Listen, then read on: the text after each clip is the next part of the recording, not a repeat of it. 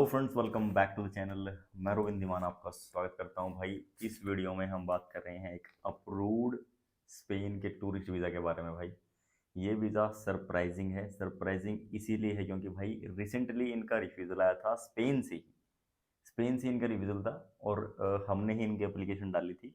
Spain का इनका refuse आ गया। उसके तुरंत बाद इन्होंने दोबारा एप्लीकेशन डलवा दी। और हालांकि अब मेरा जो इनको समझाने का प्रोसेस था वो थोड़ा सा अलग था, बट स्टिल इन्होंने डलवा दिया और उसके बाद फाइनली भाई इनका वीज़ा आ गया। तो मेरे लिए भी काफ़ी सरप्राइजिंग था और आपके लिए भी ये वीडियो काफ़ी सरप्राइजिंग होने वाली है अगर आपका रिसेंटली कोई वीज़ा रिफ्यूज़ हुआ है तो। पर्सपेक्टिव है थोड़ा सा चेंज हो जाएगा भाई दोनों का ही। और आप पूरी वीडियो देखना और आपको समझ में आएगा कि रिफ्यूज़ल अगर आपका है कोई शेंगन कंट्री से तो आपको वीज़ा दोबारा मिल सकता है कैसे, जैसे इनका मिला है। तो यही चीज़ भाई थोड़ी स्पेशल है, इस वीडियो में हम डिस्कस करने वाले हैं और आपको ये वीडियो पूरी देख लेना। अगर इसमें आपको कुछ ऐसी चीज़ पता चलेगी जो अभी तक आपका अगर रिफ्यूज़ल है तो उसको एक सक्सेस में कैसे चेंज कर सकते हो आप लोग, तो वही मैं आपको इस वीडियो में बताऊंगा। और भाई बहुत सारे बंदे ये पूछते हैं कि भाई कांटेक्ट कैसे करें, नंबर दे दो ये। तो भाई आप सिंपली एक काम करो, डिस्क्रिप्शन के अंदर लिंक है और स्क्रीन पे भी आ रहा होगा, वहाँ पे जाके आप फॉलो करो, मैसेज करो इंस्टाग्राम पे, वहीं पे आपको सारी इन्फॉर्मेशन मिल जाएगी। अगर आपको कोई भी एप्लीकेशन डलवानी है किसी भी कंट्री को लेकर तो आप वहाँ पे डलवा सकते हो। तो चलिए वीडियो स्टार्ट करते हैं। और ये है, आप देख सकते हो, संजय कुमार जी, इनका वीज़ा आया है रिसेंटली और ये मल्टीपल एंट्री है भाई, मैं आपको दिखा भी दूँ, ठीक है। तो ये इनका मल्टीपल एंट्री वीज़ा आया है। 3 महीने के लिए इनको मल्टीपल एंट्री वीज़ा मिल गया, वो भी रिफ्यूज़ल के बाद। हुआ क्या था कि भाई रिसेंटली हमने इनकी एप्लीकेशन डाली और इनकी एप्लीकेशन डालने के विद इन अ वीक, एक हफ्ते के अंदर इनका रिफ्यूज़ल आ गया। तो जैसे ही इनका रिफ्यूज़ल आया तो हमारी बात हुई, मैंने इनको बोला कि भाई अभी आप रहने दो, क्योंकि अब ये रिसेंटली ताज़ा रिफ्यूज़ल हुआ है। क्योंकि कोई भी मेरे हिसाब से ऐसा नहीं होगा कि जो अभी भी इनका रिफ्यूज़ल आया और दोबारा वीज़ा डाल दे। ठीक है, ध्यान से सुनना आप ये बात, ये बिल्कुल ही इंपॉर्टेंट चीज़ है। कोई भी बंदा, आपका रिसेंटली रिफ्यूज़ल आ गया, कोई भी बंदा मेरे हिसाब से 99% तो नहीं डालेगा कि दोबारा वो वीज़ा अप्लाई कर दे और दोबारा चांस ले ले, कोई भी नहीं लेता। बट इन्होंने भाई चांस लिया, ठीक है।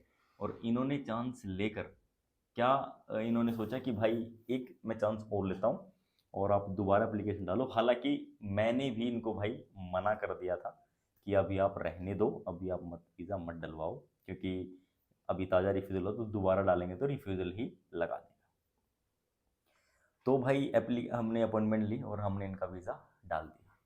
और सिर्फ और जैसे फ्राइडे को भाई इनका सबमिशन हुआ, ट्यूसडे को, यानी कि मंडे देन ट्यूसडे, ट्यूसडे को इनका वीज़ा इनको मिल गया। तो आप खुद ही देखो भाई, इतना सरप्राइजिंग केस था जिसमें मुझे खुद लग रहा था कि भाई चांसेस बहुत कम है, बट स्टिल इनको वीज़ा मिल गया, वो भी मल्टीपल एंट्री 3 महीने के लिए। तो अब ये 3 महीने में 2 या 3 बार आप बिल्कुल आराम से जा सकते हैं। स्पेन में भी जा सकते हैं, स्पेन में के बाद कहीं दूसरी कंट्री में भी जा सकते हैं। इन फ्यूचर जब दोबारा अप्लाई करेंगे तो और इनको जो है टाइम पीरियड का ज़्यादा, 6 मंथ का, फिर 1 ईयर का इनको वीज़ा मिलने के काफ़ी अच्छे चांस हैं। तो ये हुआ कैसे, अब आप लोगों के मन में सवाल है कि यार हुआ कैसे। और बहुत सारे लोगों का रिफ्यूज़ल भी है।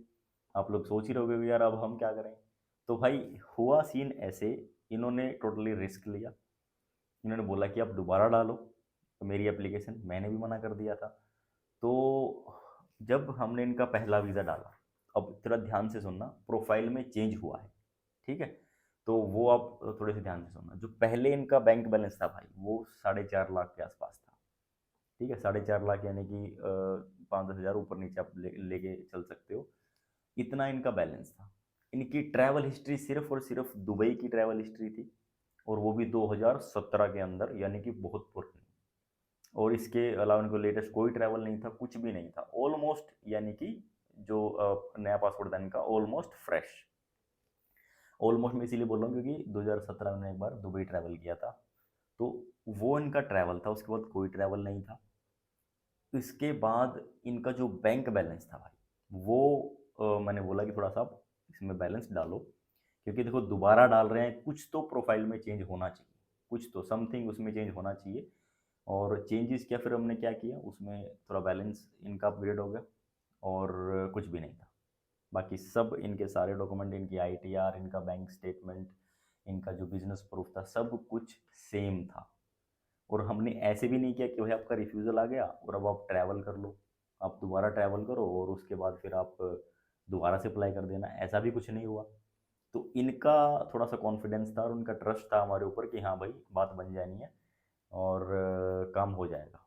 तो फाइनली भाई ये चेंज किया था सिर्फ और सिर्फ कि इनका जो बैंक का बैलेंस है वो थोड़ा सा अपग्रेड कर दिया और जो प्लान था हमने थोड़ा सा वो चेंज कर दिया। देखो प्रोफाइल जब हम दूसरी बार डालेंगे तो कुछ ना कुछ तो चेंजेस होना चाहिए। तो जो पहला प्लान दिखाया था उसको हमने कैंसिल कर दिया, जो पहली कंट्री जारी करी थी उनको कैंसिल कर दिया, दोबारा से फ्रेश प्लान बनाया, दूसरा प्लान बनाया और प्लान को थोड़ा सा शॉर्ट रखा और जो प्लेसेस है उनको थोड़ा शॉर्ट रखा। ये चेंजेस हमने अपनी साइड से किए और इनकी साइड से इनका जो बैंक बैलेंस है वो चेंज करा दिया। तो जैसे पहले 4.5 लाख का बैलेंस था, अब इनके अकाउंट में बैलेंस था 8.5 लाख, ऑलमोस्ट डबल। अब यहाँ पे कई सवाल आते हैं कि यार फ्रेश बैलेंस डाल दिया, कैसे बात बनेगी, है ना, ये काफ़ी सारे सवाल आते हैं और ये मेरे मन में भी थे। बट स्टिल भाई ये देखो आप, वीज़ा मिल गया। तो अब इसको आप क्या लोग सरप्राइजिंग, इसीलिए मैंने स्टार्टिंग बोला था कि थोड़ा सा सरप्राइजिंग था हमारे लिए भी। जब फ्रेश बैलेंस डल गया, बहुत सारी एम्बेसी ये सवाल उठा देती कि यार अभी से इतना बड़ा बैलेंस कैसे आ गया, क्या इसका होता। इनका जो बिजनेस था वो एक फुटवेयर का बिजनेस है, ठीक है, फुटवेयर का बिजनेस है और जीएसटी वगैरह कुछ नहीं है, एमएसएमई ही था। पहले भी हमने एमएसएमई लगाया था, सेकेंड टाइम में भी एमएसएमई ही डाला था। तो ये इनका बिजनेस था, इसके अलावा और कुछ नहीं था, सिर्फ बैलेंस डाल दिया और प्रोसेस कर दिया और फाइनली वीज़ा मिल गया। तो यही चीज़ भाई हमारे लिए भी सरप्राइजिंग थी। बट जैसा मैंने बोला कि इन्होंने रिस्क लिया तुरंत दोबारा डालने का, यानी कि रिफ्यूज़ल आ गया, कोई बात नहीं, घबराए नहीं बिल्कुल भी। दोबारा से 1 वीक के अंदर अंदर इन्होंने दोबारा वीज़ा डलवा दिया, बैलेंस अपग्रेड कर दिया और वीज़ा फाइनली मिल गया। तो भाई ये थी इनकी स्टोरी। इनके डॉक्यूमेंट्स, 2 साल की आईटीआर थी इनकी, इनका एक एमएसएमई था फुटवेयर के नाम से और एक इनका अपना जो बैंक बैलेंस था वो इन्होंने अपडेट कर दिया और 4 लाख रुपए उसमें डाल दिए। तो ये इनका अपग्रेड हो गया था और फाइनली ये वीज़ा मिल गया। तो भाई अब इससे हमें क्या पता चलता है कि भाई यही पता चल रहा है कि अनसर्टेन सिचुएशन रहती है most of the time. Visa हमें मिलेगा नहीं मिलेगा टोटली काउंसलेट के माइंड मूड के ऊपर रहता है। प्लस देखो डॉक्यूमेंटेशन तो होती है, अपनी फाइल को आप अच्छे से प्रेजेंट करो और कोई भी आप काम करते हो, कोई भी बिजनेस करते हो, उसको थोड़े से डिटेल में आप एक्सप्लेन करके डालो ताकि थोड़ा सा काउंसलेट को लगे कि हाँ भाई कुछ तो ये प्रॉपरली करता है, जिसने जितने अच्छे तरीके से इस चीज़ को डिस्क्राइब किया है। तो वो चीज़ हम करते हैं भाई, वो चीज़ हमने अपने डॉक्यूमेंट्स में इम्प्रूव किया, डॉक्यूमेंट्स में उसको अच्छे से समझाया, प्लस फिर जो प्लान है वो चेंज कर दिया, कम दिन का कर दिया, उसी के हिसाब से फिर फाइनली ये वीज़ा मिला। बहुत सारी कंट्रीज़ में क्या करती हैं कि डे टू डेट वीज़ा देती हैं, बट आप इनका एक बार आप देखो, आप इनका देखो एक बार, इनको 3 महीने का दे दिया है और ये डे टू डेट नहीं है भाई, बिल्कुल भी ये डे टू डेट बिल्कुल भी नहीं है, ये इनको 3 मंथ की मल्टीपल एंट्री दे दी। तो ये डिपेंड करता है टोटली एम्बेसी के ऊपर, काउंसलेट के ऊपर। अब और ये भाई नेक्स्ट जब हम डाला तो 4 दिन के अंदर ये वीज़ा आ गया। तो अब कोई भी भाई, किसी का रिफ्यूज़ल है, स्पेन का है, कोई और कंट्री का है, तो घबराने की ज़रूरत नहीं है भाई। आप थोड़ा सा कॉन्फिडेंस के साथ आप थोड़ा सा प्रोफाइल में इम्प्रूव करो। और जहाँ तक अभी तक का एक्सपीरियंस है भाई, बैलेंस अगर आपके अकाउंट में अच्छा है तो चांसेस आपके काफ़ी अच्छे हैं। अगर वो फ्रेश पासपोर्ट भी है तो भी कोई प्रॉब्लम नहीं है, ट्रैवल हिस्ट्री है तो भी कोई प्रॉब्लम नहीं है। तो ये कोई प्रॉब्लम वाली बात नहीं है। तो इस चीज़ को आप थोड़ा सा देखो, समझो और अगर आपको एप्लीकेशन डालनी है तो डेफिनेटली आप एप्लीकेशन डालो। डॉक्यूमेंट्स मैं बता देता हूँ भाई, आपको आईटीआर चाहिए 2 साल की, आपके पास बैंक स्टेटमेंट होनी चाहिए 3 महीने की और आपका एक बिजनेस प्रूफ या फिर आपकी सैलरी का प्रूफ। बिजनेस प्रूफ में भाई एमएसएमई चल जाता है, जीएसटी चल जाता है, सोपैक्ट चल जाता है, ट्रेड लाइसेंस होता है वो चल जाता है, ये सारे डॉक्यूमेंट चल जाते हैं, या फिर और भी कोई सर्टिफिकेट आपके पास है वैलिड वो चल जाता है। सैलरी की प्रोफाइल अगर आपके पास है तो उसमें एक्स्ट्रा डॉक्यूमेंट लगते हैं, 3 महीने की सैलरी स्लिप, आपका ज्वाइनिंग लेटर लगेगा और एक लीव लेटर बोलते हैं जिसको, एनओसी, नो ऑब्जेक्शन सर्टिफिकेट, कि आप इतने दिन के लिए वहाँ पे घूमने जा रहे हैं और इतने दिन के लिए आपका प्लान है। तो ये सारी चीज़ आप प्रोवाइड करो, देन डेफिनेटली आपका चांसेस जो है अच्छा रहेगा। और किसी भी भाई का कोई डाउट रहता तो भाई आप इंस्टा पे फॉलो करके मैसेज करना, वहाँ पे आपको रिप्लाई मिल जाएगा। इस वीडियो को भाई आप शेयर कर सकते हो अगर आपको कुछ लगा है कि इसमें कुछ इन्फॉर्मेशन थी जो थोड़ी सी यूनिक इन्फॉर्मेशन थी आपके लिए, तो डेफिनेटली आप इसको शेयर करना। और कोई भी क्वेरी कोई भी डाउट रहता है तो भाई फॉलो करके मैसेज किया करो। मैसेज जब भी आप करो तो हाय हेलो ना लिख के आप पूरी क्वेरी डालो तो बेटर रहेगा, इमीडिएटली आपको रिस्पॉन्स और रिप्लाई मिल जाएगा भाई उस चीज़ के लिए। किसी भी कंट्री का वीज़ा आप अप्लाई करना चाहते हो तो भाई कॉन्टैक्ट कैसे करना है बहुत सारे बंदे पूछते हैं, अगेन मैं दोबारा बता देता हूँ। आप सिंपली फॉलो करके इंस्टाग्राम पे मैसेज करो, वहाँ पे सारी इन्फॉर्मेशन आपको मिल जाएगी। कोई भी कंट्री का आप करते हैं आईटीआर, बैंक स्टेटमेंट और आपका बिजनेस प्रूफ, मोस्टली कंट्रीज में सिर्फ यही डॉक्यूमेंट होते हैं मेन। बाकी एडिशनल डॉक्यूमेंट एडिशनल होते हैं, वो कुछ भी हो सकता है।